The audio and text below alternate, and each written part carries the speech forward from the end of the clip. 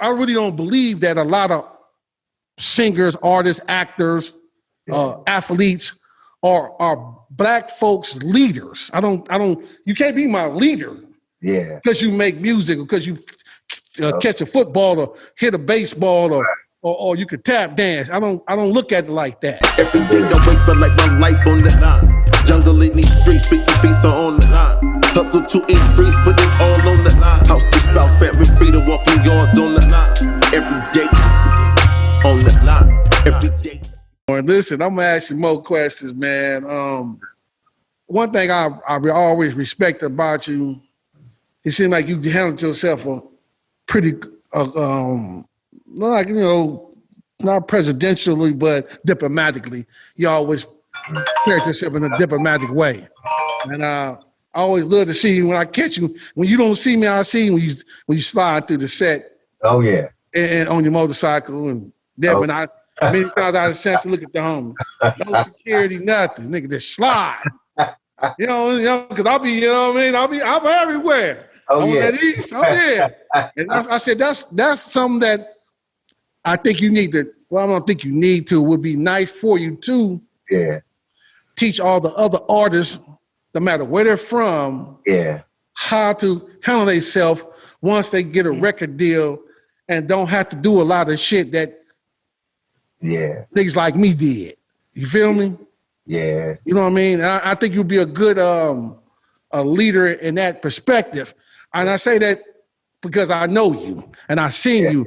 So I really don't believe that a lot of singers, artists, actors, athletes are black folks leaders. You can't be my leader.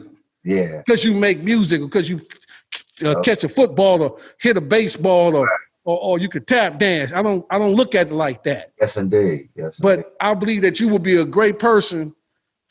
I'm not gonna say a leader, but a person that can, like an ambassador, that can teach these individuals, you know, no matter if they're in the NFL, if they're in the NBA, any professionalism where they make money. Now they don't have to do the things that, because again, people like me and Junior did. Yeah. To get money for the robberies and tying folks up and all that kind of shit. You know what I'm saying? They don't have to do that. They sit down and listen to you and listen to your stories, how you was able to navigate yourself all in your whole career. You know, I even though you was acting up here and there, you know what I mean? I didn't say you was on some quiet nigga shit. I just don't, you know what I mean? I've been through some shit. Yeah, but you still tall through it all. Yeah. But I think that's something that you might, anybody see this video, hear this audio, I mean, they might want to talk to Warren about how a record company or entertainment company that can come talk to Warren. Man, he'd be an excellent person, along with a couple other guys, but for sure, you being one of them. That's all good, man. Thanks. Got you. I just went, I went up to as a transitional home. I think that's what they called it. Not about a couple weeks ago. I went up there. Dan just got out. Bow Wow. Yeah, you got two. You got two of them. You got the other dog and another dog now. Yeah. Dan got out. So I told him. I said, "Well, ask the lady if it's cool if I come up there and cook for you guys." And so he hit me back and was like, "Yeah." She said it's cool. They gonna get it approved, and then you can come up. So they got it approved, and I ain't seen Dan in 17 years. Almost 17 years. And that was the first time I got to see him coming in there, you know, and I came and I cooked and, you know, backed my rig in there and dropped it and started cooking. And it was just a table that was separating everybody. So the lady did let him come over to me, and we hugged and everything like that. And then a lot of the other guys that was in there, I was like, God damn shit, I feel like I'm in a goddamn penitentiary right now.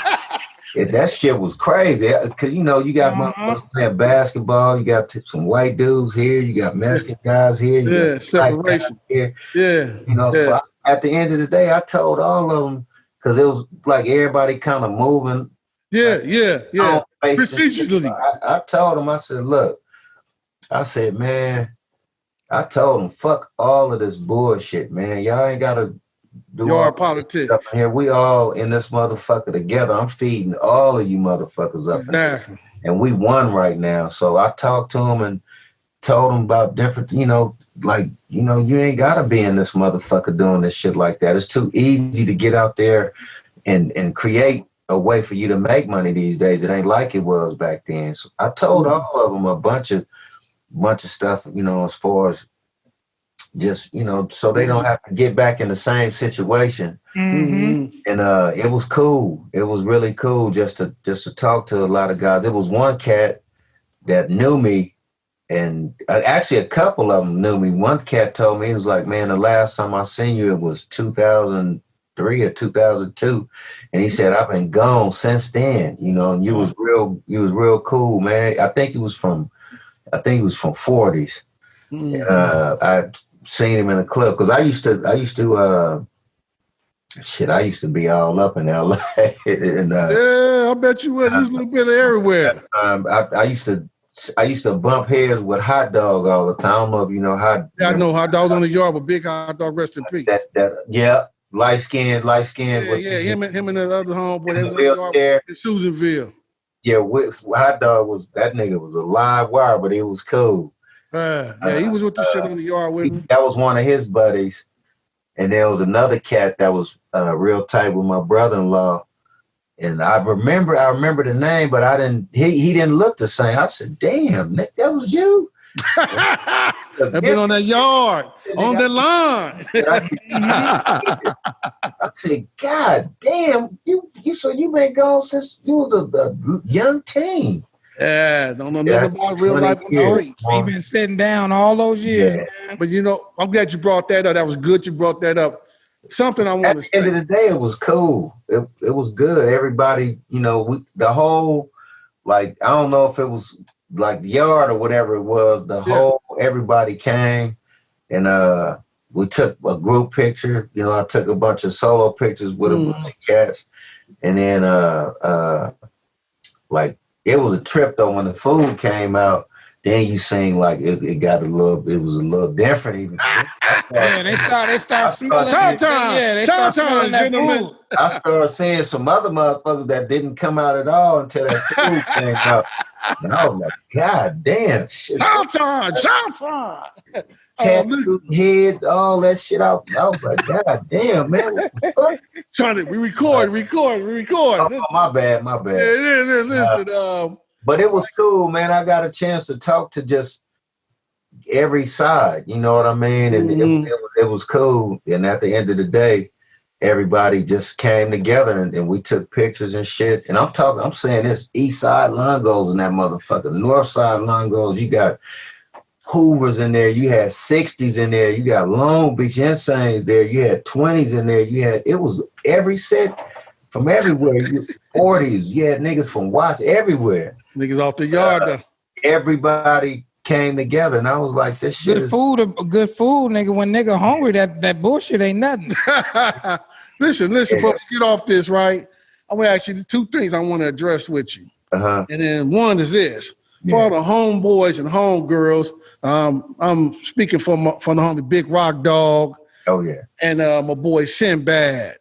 And there's some more G homies and mother little homies up in there on them yards. Jeffrey? No. No, I'm talking about Big Rock Dog. I don't want to say the big homie name right now, but I'm gonna say it. Jeffrey. Scrap brother. Oh, okay. Yeah, Fitzgerald. Oh, yeah. Yeah. So yeah. A lot of homies is up there and they're fighting for their freedom. Yeah. And my boy Sinbad, they're up there fighting for their freedom up there on them yards. And with these bills that was passed this couple weeks ago, some of that stuff would have had stopped them from getting out. And then they got other stuff that's going on there. You think somewhere down the line that you will be able, since you had the opportunity to go to that halfway house, probably, I don't know if J-Dog is with you, but Dan being there, would you like to venture in there and try to help some of the homeboys, homegirls that's been locked up as far as becoming an advocate in some form or fashion? Yeah, Jay told me, he said, because he goes to all the jails all the time. So he was just like Warren in the programs that I'm doing. When they graduate, you know, I'm gonna surprise them with you coming up to come speak. You know, at the graduation, stuff like that. I know it's one that he gonna do. I think in Donovan. And I told him, I said, shit, you probably Suge Knight might be in the program. Possibly so. I'm coming there, people's in there, I'd see him, I'd talk, you know. Yeah. All nine. I know you would. Yeah. It's good. I'm glad that you fit that, man. You fit that role right there, man. And that'll be a great inspiration. Also, be able to help some of them. Not always have to give them money, but give them support by speaking out, announcing the issues they have in there, especially with the COVID-19 up in there. Yeah. There's been treacherous up in that place. Oh yeah. I didn't talk to guys on the phone. I believe you that didn't had it, you know. Yeah. You know, so I was like, God, dog. You know, and one of my guys was like, man, that stuff is brutal. He was like, I felt like I got hit by a diesel truck. Yeah, it was brutal. That's ugly. But got through it, you know. God bless the brother. I'm glad he made it in those whole up in the midst of guys that we know. Guys that we know. Yeah, but everybody cool though. Just, you know, had it and then came out of it, you know. That's great. That's a blessing, man. I'm glad they was able to make it through that. Yeah. A lot of times, a lot of people make it in the institution, don't make it home for illness, or they get murdered on the yard. So I also wanted to let you know, a lot of these individuals that think trying to be tough or playing like tough, that they see people like me and Junior that been through the shit we've been through. We made it out of there to the grace of the good, blessing of the good Lord. We made it out of there. They all think that they can make it out of there, and that's not necessarily true.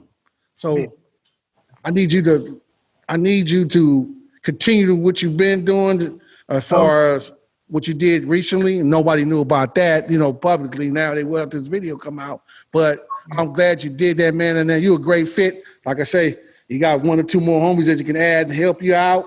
You know what I mean? And that would, as far as pushing, being an advocate for helping brothers and sisters out there on the yard. Let them know there's other shit out there that you can learn to do out here. I took a bunch of cats with me overseas. I made it to where they could get a passport. Lou Dog came overseas with me. Big homie. I had Lou Dog. I had a bunch of guys come with me overseas, and to this day, they lives have been changed because they got a chance to see like a different, like a whole nother country. Yeah, it's a different world, man. Yeah, and the weather. And my crazy ass, I'm out there. These niggas, I'm out there. I'm the one out there starting shit overseas. I ain't gonna say I was starting shit, but motherfuckers they would test us. They would test us because we're from the West Coast and because of the type of music that was being put out. So they figured like, okay, these motherfuckers, let's see if they about what they really rapping about. So I had a couple fights out there. I had a fight with this big ass Nigerian motherfucker. I ain't gonna lie, the motherfucker had me shook up at first. I was like, fuck this shit. I ain't fixing to fight this big motherfucker.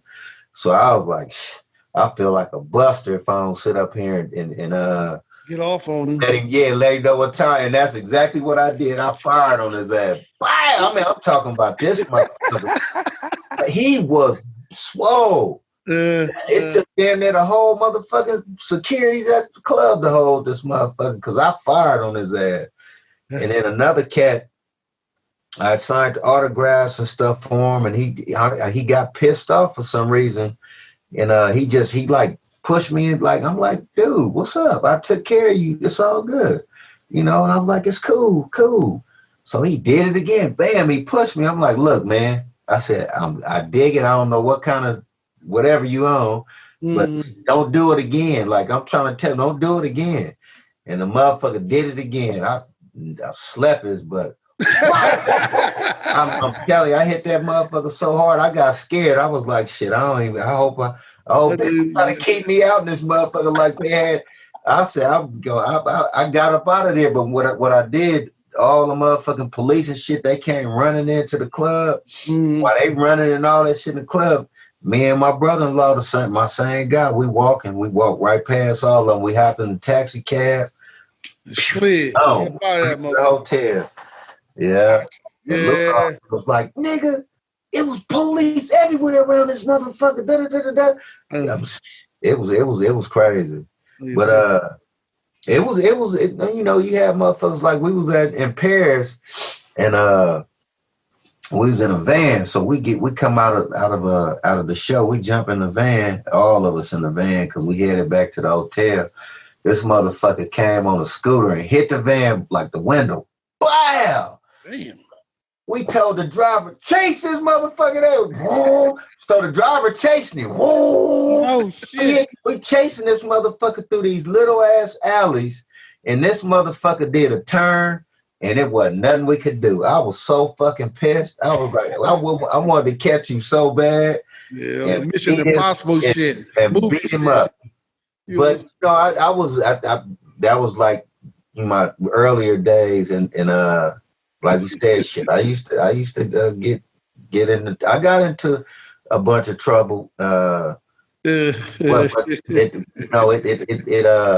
woke me up real fast. You know, I've been through the county system all up in there.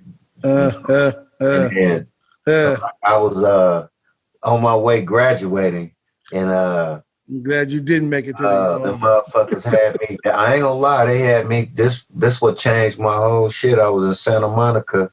I caught the case in Beverly Hills, and then my lawyer, he got it moved to Santa Monica. And so I had a court date. I just had a baby, my first kid, and so I'm in the court. It's me, my girl, and my son. And so he made me come up.